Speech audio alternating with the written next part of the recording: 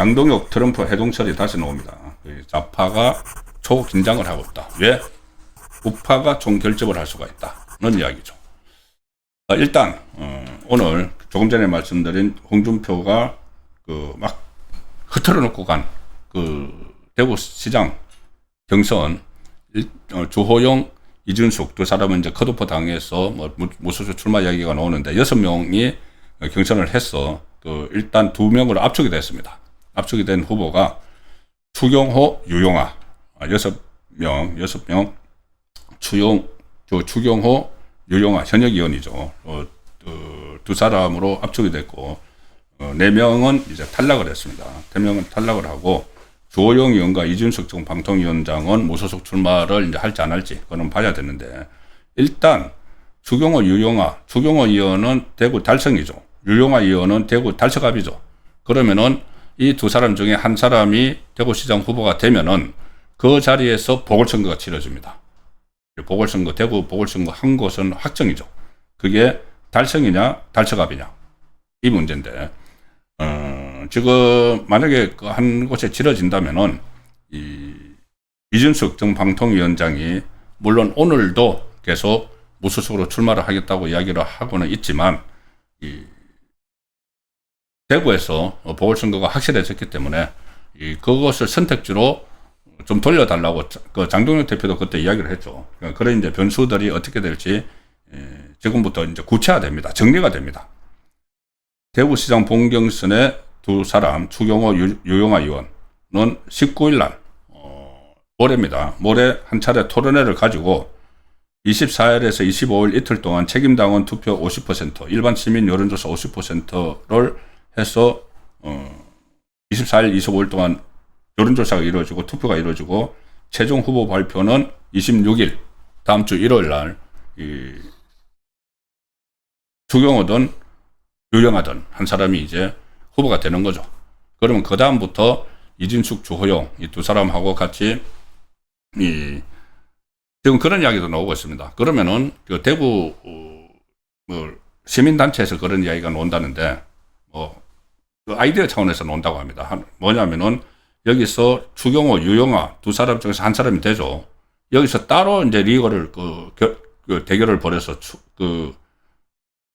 주호영하고 이준석 두 사람이 해서 두 사람 중에서 여론조사라든지 해서 한 사람을 뽑자.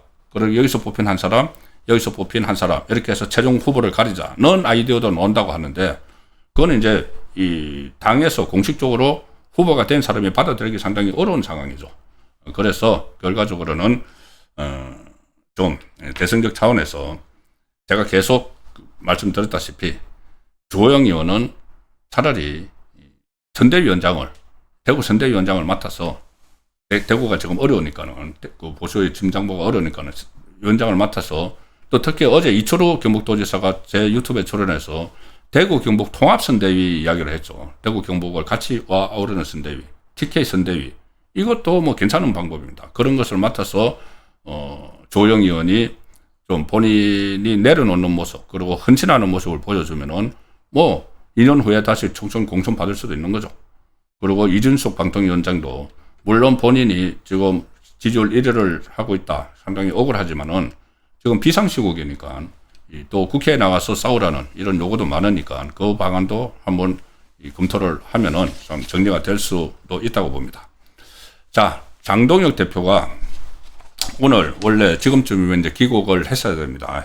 해서 미국에서 어떤 성과가 있었는지 만난 사람들이 누군지를 좀 밝히고 워낙 비판들을 하니까는 그렇게 해야 되는데 오늘 한국으로 오기 위해서 워싱턴 공항에서 수속을 밟고 있는 중에 갑자기 미국 국무부에서 연락이 왔다.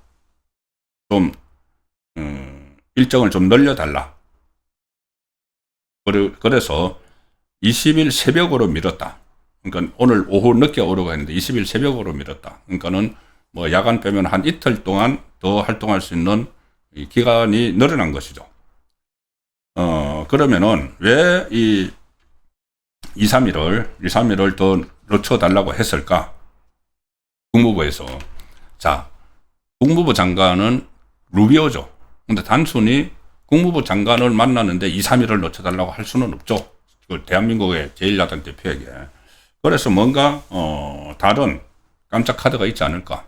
그것이 제가 그때 국민일보가 단독으로 쓰고 제가 그 해설을 해드렸던 바로 폴라 화이트 백악관 신앙사무국장, 이 트럼프 대통령의 영적 멘토라고 하는 폴라 화이트를 만나는 일정이 다시 잡힌 것 아닌가. 왜냐하면은 이번에 폴라 화이트와 접촉을 하려고 했는데 폴라 화이트가 부활절 휴가를 가서 만나지를 못했다고 합니다. 근데 이제 주말에 다시 이제 복귀를 했을 수가 있죠.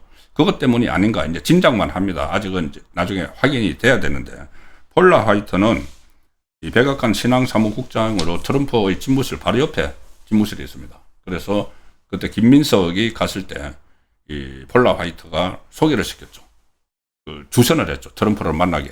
그래서 20분 동안 김민석이 뜻밖의 트럼프를 만나는 그런 일이 있었는데, 그래서 그때 당시 이제 순복음 교회의 이영훈 목사가 역할을 했다. 근데 이번에도 역할을 했는지 안 했는지 모르지만 어쨌든 폴라 화이트를 만나는 게 그 자체가 중요한 게 아니고, 폴라 화이트를 만나면은 트럼프와 만남을 주선을 할 수도 있다. 그것 때문에 일단 일정이 연장된 데 대해서 다시 이제 주목을 하는 상황이 된 겁니다. 트럼프를 면담을 하면은 제가 계속 말씀드렸죠. 그냥 단순한 면담이 아니고 지금 한미 관계가 극도로 악화됐고 이재명 정권 들었어서, 그리고 트럼프의 이재명 정권에 대한 불신이 높고 최근에 뭐 어떤 행동, 언행들만 봐도 그렇죠. 그 상황에서 한국의 그 한미 동맹을 가장 중요시하는 보수 대한 세력, 정통 야당이 있다는 것이 다시 이제 각인이 되면서 이 보수층에 대해서 이제 결집도 일어날 수가 있습니다. 실제로 트럼프와 만나서 트럼프가 어떤 메시지를 던져주면은, 그리고 중도층, 한국 안보를 불안하게 보는 중도층도 이렇게 여기도 소구를 할 수가 있는 그런 상황이 되는 것이죠. 그래서 이 만남 자체가 제가 중요하다고 말씀을 드리는데, 아직은 확정된 것은 아니지만 그것이 실제로 전체화될 가능성도 완전히 배제할 수는 없는 그 상황입니다. 물론 이게 이 가능성은 지금 어느 정도인지는 모르겠지만은 이 일정이 늘어났기 때문에, 자, 그런 이제 분석을 하게 되고, 만약에 그렇게 되면은 상당히 이 좌파 진영에서도 긴장을 할 수밖에 없죠. 보수가 좀 결집을 하는 그런 상징적인 일이 일어나기 때문에, 오늘 그 박지원 민주당 의원이 아주 장동혁 대표를 원색적으로 비난을 합니다. 근데 저는 이 비난이 뭔가 좀 불안한 그거를 그 감정을 노출한 것 아닌가 싶을 정도로 아주 원색적으로 비난을 합니다.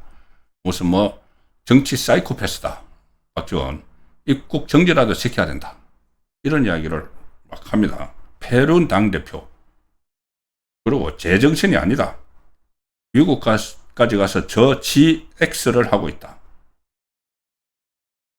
이런 걸까지 막 쏟아붓습니다.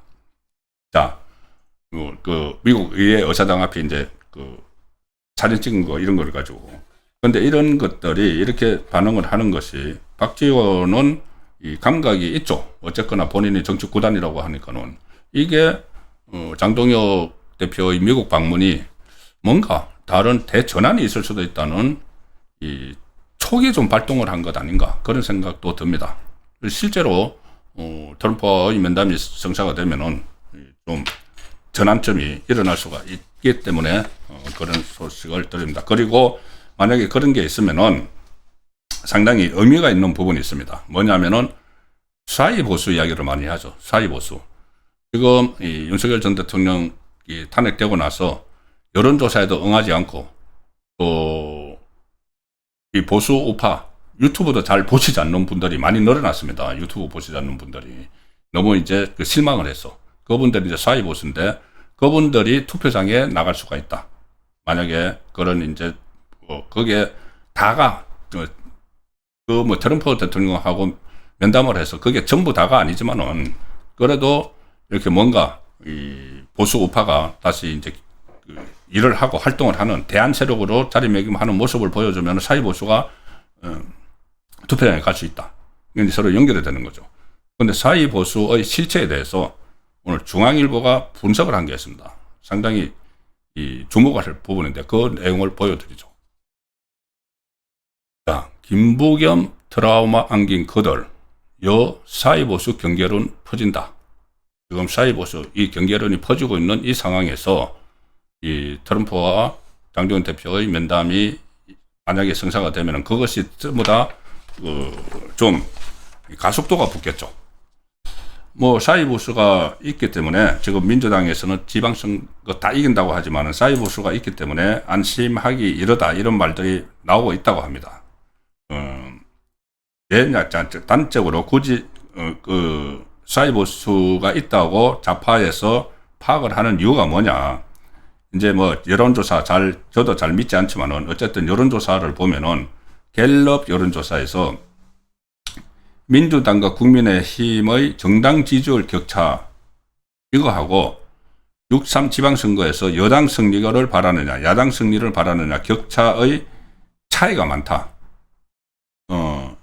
민주당 정당 지지도하고 국민의힘 정당 지지도는 차이가 29%포인트나 나오는데 어쨌든 이제 갤럽 조사를 기준으로 하면은 29%포인트나 나오는데 여당 후보가 당선되기를 희망하는 쪽하고 야당 후보가 당선되기를 희망하는 쪽은 격차가 17%포인트다.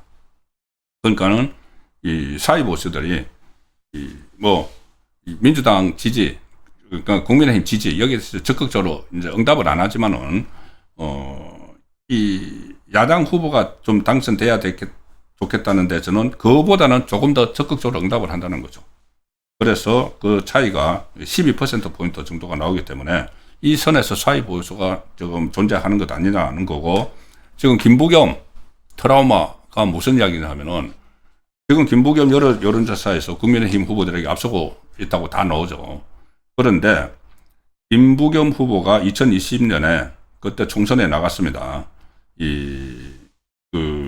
수성갑에 나갔는데 그때 국회의원을 한 번에 했고 이제 재선을 하기 위해서 나갔는데 그때 상대가 누구냐 하면 바로 주호영이었습니다. 지금 참 돌고 돌죠.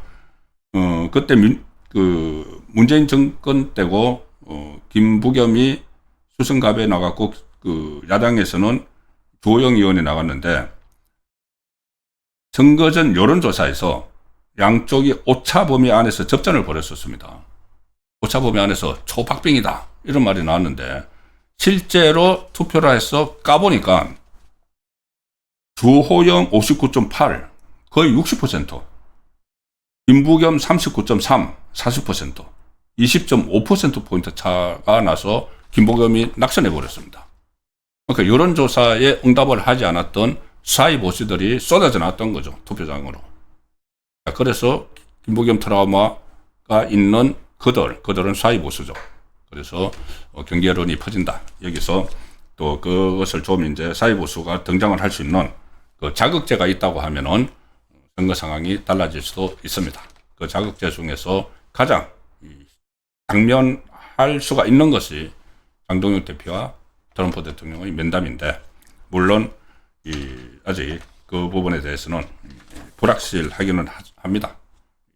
사흘 동안 새로 연장을 한 것이 무엇인지 아직 확인이 되지 않고 있고, 그런데 아무것도 없이 어떤 감동을 주거나 아니면 상징성 있는 그런 일정 없이 그냥 또 사흘을 연장을 했다고 하면은 비판이 엄청나겠죠. 그런 점을 감안을 하면은 뭔가 있을 수 있다는 생각을 합니다.